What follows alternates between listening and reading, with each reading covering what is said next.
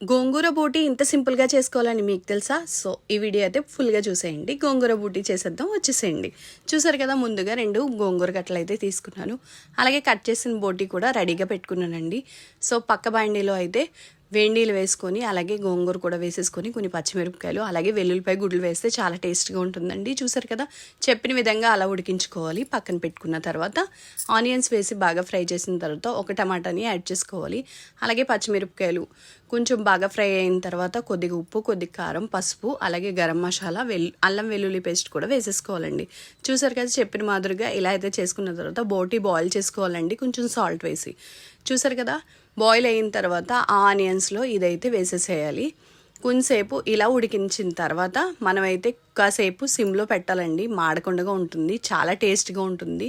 అల్లం వెల్లుల్లి పేస్టు అలాగే గరం మసాలా, ఉప్పు కారాలు బాగా బోటికి తగిలి చాలా టేస్ట్గా ఉంటుంది. అలాగే చూసారు కదండి, చెప్పిన విధంగా గోంగూర అయితే పక్కన పెట్టాం కదా, అది కూడా వేసేసిన తర్వాత బాగా కలుపుకోవాలి. కొంతసేపు అయితే పెట్టుకోవాలండి. ఇలా చిన్న సిమ్లో పెట్టుకొని చిన్న వాటర్ అయితే యాడ్ చేయాలండి. అది గోంగూరలో వచ్చే వాటర్ మాత్రమే యాడ్ చేయాలి. చూసారు కదా, పులుపు తగినంత ఉంటుంది. ఫైనల్గా అయితే తాలింపు అయితే పెట్టాలండి. వెల్లుల్లిపాయ గుడ్లు అలాగే జీలకర్ర, ఆవాలు అలాగే ఎండుమిరపకాయలు, కరివేపాకు కూడా కొంచెం వేసేసుకోవాలండి. చూసారు కదా, ఫైనల్గా ఇలా తాలింపు పెడితే మనకి అసలు చూసారు కదా, చెప్పిన విధంగా ఇలా తాలింపు పెట్టేసామండి.